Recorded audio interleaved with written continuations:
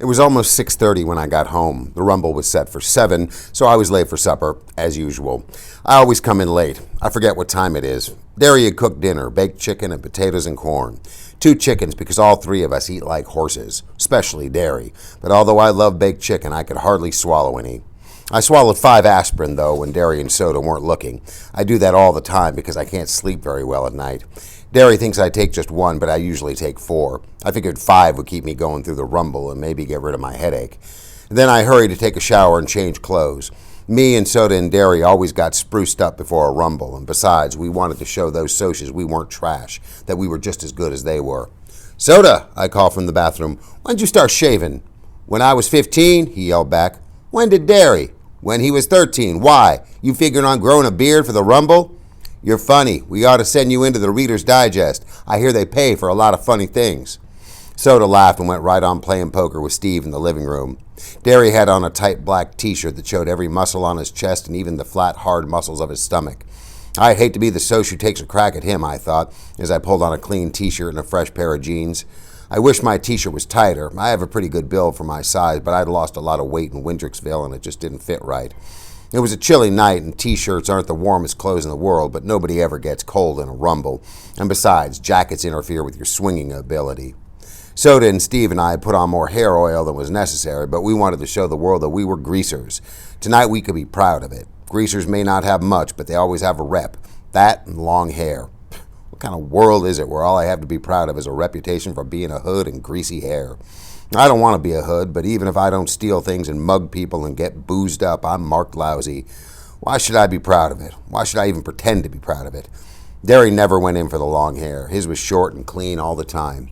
I sat in the armchair in the living room waiting for the rest of the outfit to show up, but of course tonight the only one coming would be Two-Bit. Johnny and Dallas wouldn't show. Soda and Steve were playing cards and arguing as usual.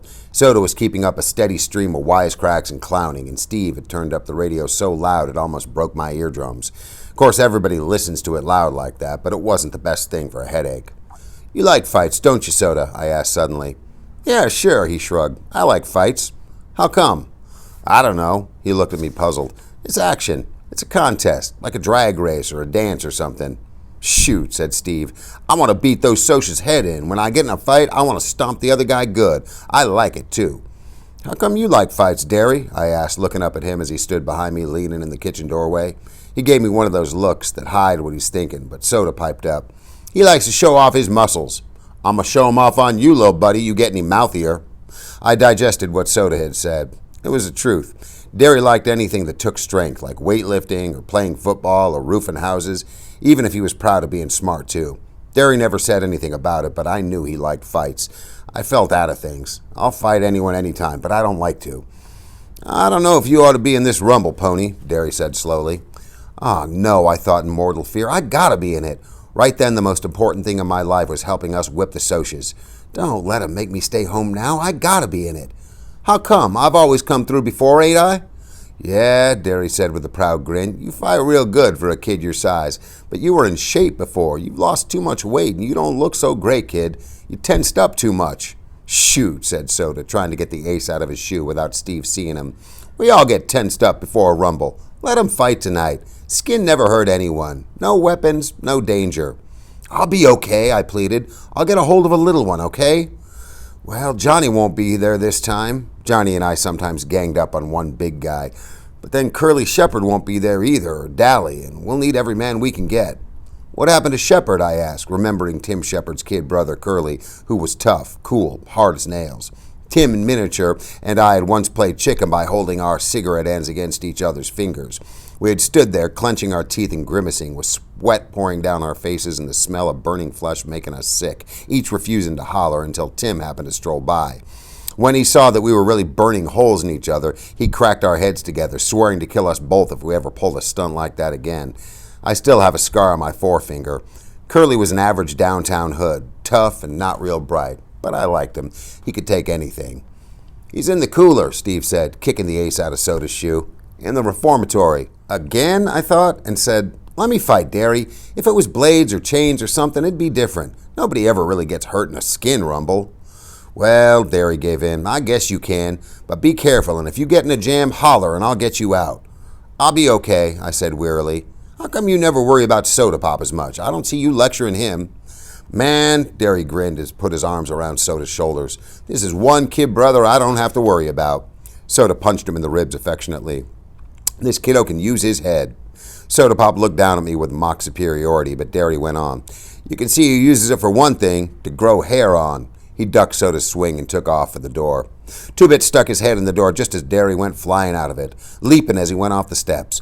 Derry turned a somersault in midair, hit the ground, and bounced up before Soda could catch him. Well up, Two-Bit said cheerfully, cocking an eyebrow. I see we're in prime condition for a rumble. Is everybody happy?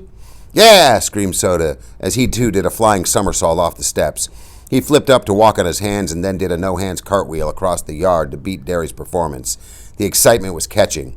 Screeching like an Indian, Steve went running across the lawn in flying leaps, stopped suddenly and flipped backwards. We could all do acrobatics because Derry had taken a course at the Y and then spent a whole summer teaching us everything he'd learned on the grounds that it might come in handy in a fight. It did, but it also got Two-Bit and Soda jailed once. They were doing mid-air flips down a downtown sidewalk, walking on their hands and otherwise disturbing the public and the police. Leave it to those two to pull something like that. With a happy whoop, I did a no-hands cartwheel off the porch steps, hit the ground and rolled to my feet. Two-Bit followed me in a similar manner. I'm a greaser, Soda Pop chanted. I'm a J.D. in a hood. I blacken the name of our fair city. I beat up people. I rob gas stations. I'm a menace to society. Man, do I have fun. Greaser, greaser, greaser, Steve sing-song. All victim of the environment. Underprivileged, rotten, no-count hood. Juvenile delinquent, you're no good, Derry shouted. Get thee hence, white trash, Two-Bit said in a snobbish voice. I am a Soch. I am the privileged and the well-dressed. I throw beer blasts, drive fancy cars, break windows at fancy parties.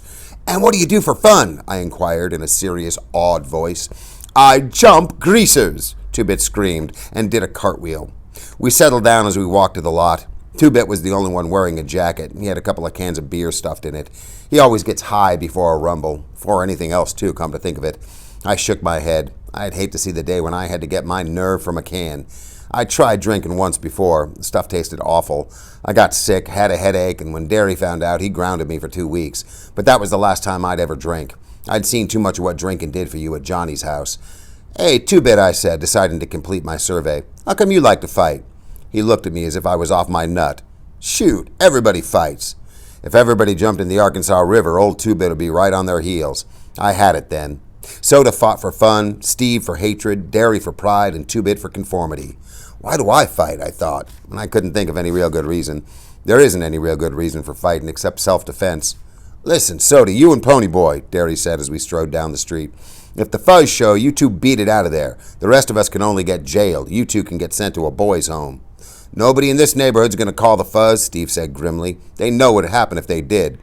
All the same, you two blow at the first sign of trouble. You hear me? You sure don't need an amplifier, Soda said, stuck out his tongue at the back of Derry's head. I stifled a giggle. If you want to see something funny, it's a tough hood sticking his tongue out at his older brother.